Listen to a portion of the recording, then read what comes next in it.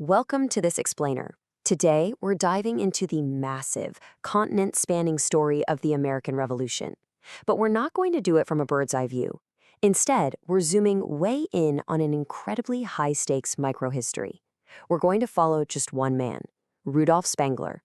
By literally tracing his exact footsteps between 1775 and 1776, the staggering textbook realities of this war suddenly become intensely personal. Right off the bat, to really grasp the gravity of this history, I want you to ask yourself a question. What would compel a 38-year-old father to just willingly leave his wife and young kids behind, to step completely away from his daily life and march hundreds of miles toward what was quickly becoming the absolute deadliest campaign of the entire war? The stakes for Rudolf, or Rudy as he was known, were as high as they get. This wasn't some young teenager looking for a grand adventure. This was an established family man putting absolutely everything on the line. Section 1. York County's Early Patriots. Okay, so to understand why he did it, we've got to set the scene in Pennsylvania before independence was even officially declared. York County was, without a doubt, a total hotbed of liberty. While a lot of neighboring counties were basically hitting the snooze button, York was wide awake. The very first company of riflemen to march from Pennsylvania to the war front actually left from York on July 1, 1775. When hostilities broke out, activists formed these volunteer associations that eventually swelled into 53 battalions across the state. These associators were your early, highly motivated volunteers. And right there in the thick of it, organizing the whole shebang, was Rudolf Spangler. On December 27, 1775, working under Colonels Smith, Hartley, Swope, and Donaldson, Rudolf, along with his brother Balzer, George Eckelberger, Michael Hahn, and Geo Stake, got the official green light to raise a militia company right in Yorktown. Section 2. Captain of the 6th. Now let's fast forward a bit to the spring of 1776 and track Rudolph's specific military progression within this rapidly growing force. By May, the 6th Company of the Yorktown Militia is officially formed, and Rudolf is made its captain. But here's what's truly fascinating about these early units. He wasn't just appointed by some general from the top down. In the associators, the men actually voted for their officers. Think about that for a second. This wasn't just a ceremonial title. It meant that his own neighbors, the guys making up the active 3rd, 4th, 5th, and 6th Companies of York, genuinely trusted Rudolf enough to lead them into literal life or death situations. Section 3. Forming the Flying Camp. By the summer of 1776, the scope of the war is about to completely explode. We're talking a massive shift from local town defense to a continental military strategy. Washington meets with Congress, and on June 3rd, Congress declares they urgently need a brand new force of 10,000 men for the middle colonies. Pennsylvania really bore the brunt of this request. They were required to furnish 6,000 of their militia for a grueling 6-month enlistment stretching all the way to December. And this brilliantly illustrates the tactical pivot ordered by Congress. They called this new force the Flying Camp, which I know sounds a bit quirky today, but it's actually a literal translation of the French military term, camp volant. Basically, instead of just sitting in a fort somewhere, this was designed to be a highly mobile, strategic reserve force that could rapidly respond to whatever the British were doing. Brigadier General Hugh Mercer was personally tapped to command this fast-moving unit.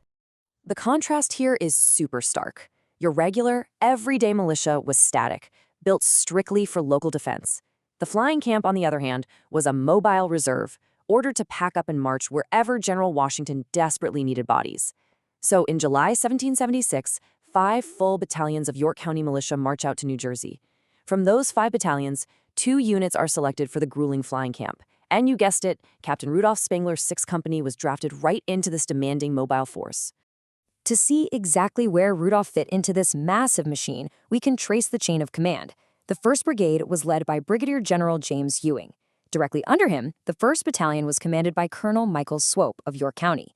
So this was the exact leadership structure Captain Spangler operated under, linking his local 6th Company straight up to the top continental brass. And the pace of this New York campaign, it was just incredibly rapid and frankly genuinely terrifying. Congress authorizes the force in June. By July, they're already marching to New Jersey. But recruitment is lagging and training is basically non-existent. By July 25th, General Mercer had only managed to scrape together 3,000 men. When Washington frantically called for 2,000 men to fortify New York City, Mercer was really struggling to find reliable soldiers. Then, in August, Long Island gets attacked, and the Flying Camp is thrown right into the fire. Which brings us to Section 4, the Fort Washington disaster. The narrative here enters the dark, freezing heart of this explainer. This is the absolute most desperate, lethal phase of the war in the fall of 1776. The catastrophe hits on November 16th at Fort Washington. Right before the main British offensive kicks off, British General Howe sends an officer over under a flag of truce. The man who steps forward to receive that incredibly tense message, none other than Rudolph's commander, Colonel Michael Swope. And the ultimatum was bone-chilling: surrender or the entire garrison would be annihilated. The Americans refused. They chose to stand their ground, but they were utterly overwhelmed, attacked ruthlessly from three sides by British and Hessian forces.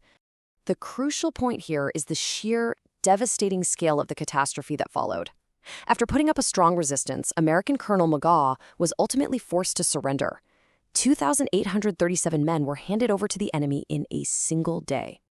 Now, being captured in 1776, that was practically a death sentence.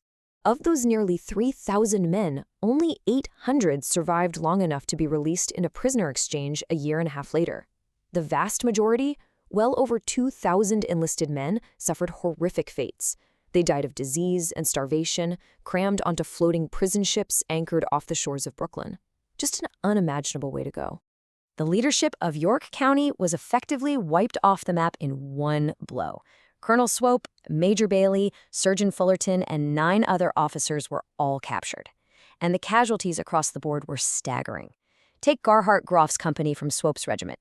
Only 18 men from that unit returned from the Battle of Long Island. 18! The harsh reality was that the flying camp, throughout its very short lifespan, was completely plagued by lack of organization, supply, and training. They were rushed straight into a meat grinder. Which leaves us with a very heavy, looming question, doesn't it?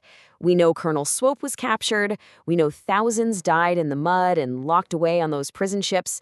So, did Captain Rudolf Spangler, our 38-year-old father from York, actually survive the slaughter? Well, you can let out a massive sigh of relief, because the historical record shows that Rudolf Spangler was not among the officers captured at Fort Washington. His 6th Company appears to have miraculously avoided the trap. On November 30, 1776, the final enlistments for the battered, exhausted flying camp expired, and the force was officially disbanded. Rudolph marched those hundreds of miles back, returning home safely to his family in York by December. Section 5. A Patriot's Enduring Legacy. So, let's zoom back out for a minute. Why does Rudolph's specific, harrowing journey actually matter to us today? It matters because of the incredible weight of his personal sacrifice. Remember, he wasn't drafted. He volunteered at age 38, leaving his family behind to organize a company and march into the total unknown. He served during the New York and New Jersey campaigns, which was the exact moment Washington's army came the closest it ever would to total destruction.